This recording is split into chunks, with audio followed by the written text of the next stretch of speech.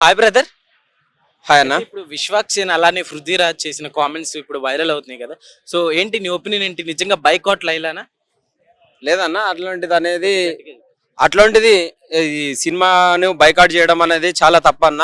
ఒక నిర్మాత కానీ ప్రొడ్యూసర్ కానీ దాని మీద ఎన్నో ఆశలతోటి ఒక సంవత్సరం 2 సంవత్సరాలుగా కష్టపడి దాని వెనుక అనేక రకాల వ్యక్తులు దానికోసం సినిమా కోసం కష్టపడి కొన్ని 100 కోట్లు పెట్టి సినిమా తీస్తే దాన్ని మనం ఒక్క నిమిషంలో బైకాట్ చేసి దాన్ని సినిమాను నాశనం చేయాలని ఒక ఉద్దేశంతో బైకాట్లు ఇలా అంటున్నారు తప్ప అలాంటి చేయడం వల్ల చాలా మంది నష్టపోతారు.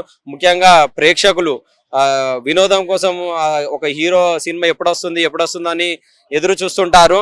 అలాంటి సినిమాను బైకాట్ చేయడం వల్ల ఫ్యాన్స్ వల్ల తీవ్ర వ్యతిరేకత కూడా ఆ పార్టీలకు ఎదురవుతుంది. ఓకే, అయితే పృథ్వీరాజ్ గారు కామెంట్స్ చేశారు కదా.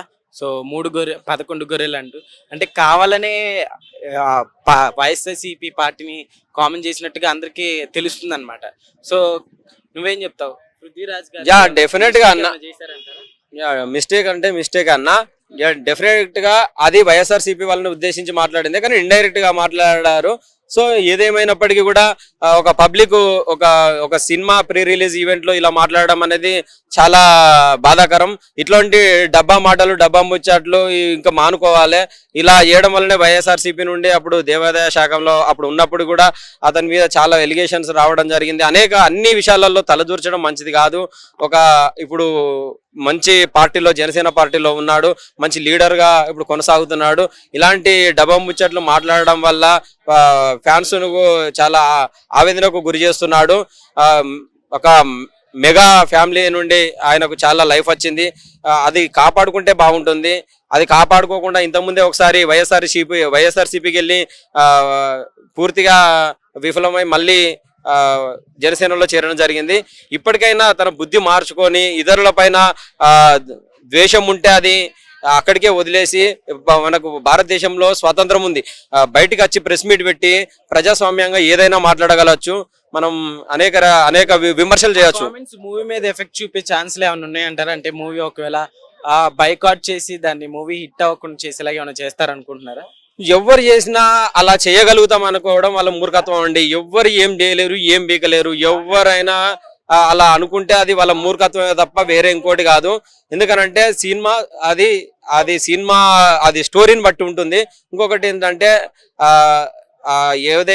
ఎవరైతే వాళ్ళు వైఎస్ఆర్సీపీ నాయకులు ఇలా బైకాట్ చేస్తా అంటున్నారో అలా చేసే ఉంటే వాళ్ళకు మాత్రం ప్రేక్షకుల నుండి కానీ వాళ్ళ వివిధ హీరోల అభిమానుల నుండి కానీ తీవ్రమైన నిరసన ఎదురవుతుంది.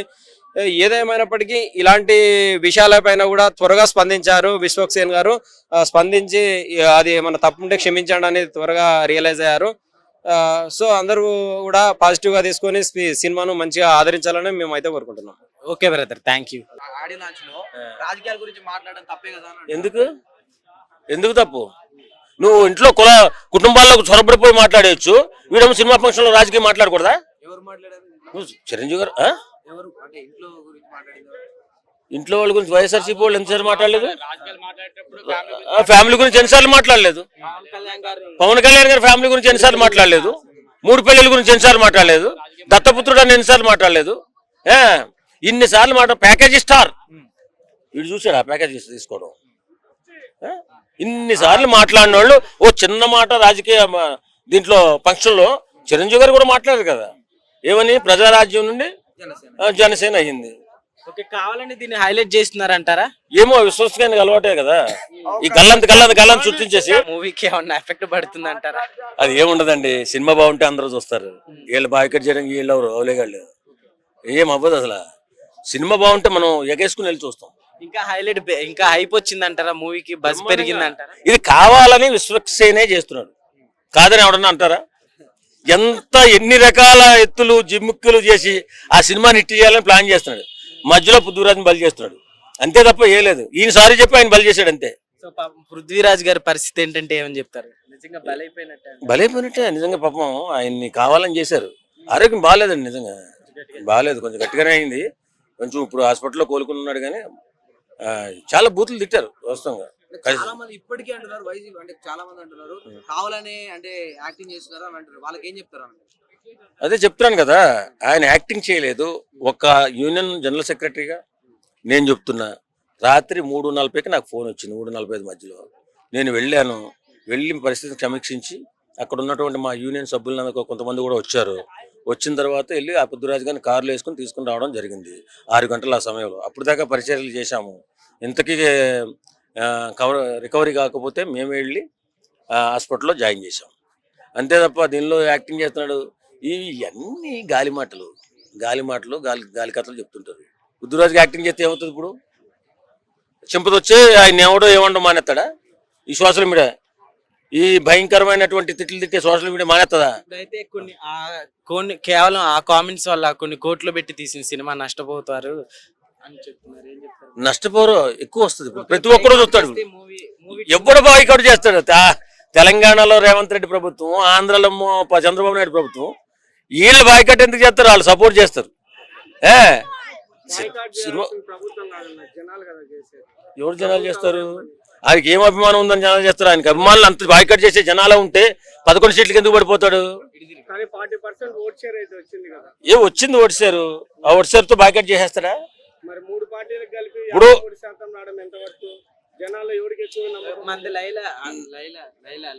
లైలా అని అంత పెద్ద వండేలు తప్ప ఏం అవసరం లేదు.